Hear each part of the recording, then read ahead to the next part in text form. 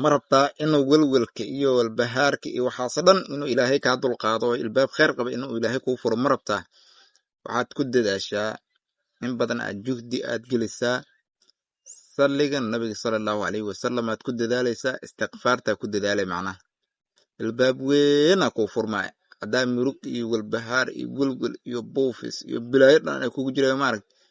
ka haadaan meelay ka kala bixina waana wallahi farxad iyo waxyaabo aadan filanaynin inaad arkay in badan shaqa iyo murug shaqa la'aan iyo murug iyo haday ku hayso maana welwel iyo walbahaar kala kugu furna anta aada anta ka baxda anta wax ka soo galeen misdheedna salliga nabiga sallallahu alayhi wasallam la ku dadaale ilaahay shaqa ku siina walaasada iyo waxyaabo kale aad dhinacyadaada aad ka arkaysi oo dhan marag meelay ka kala bixina weeyne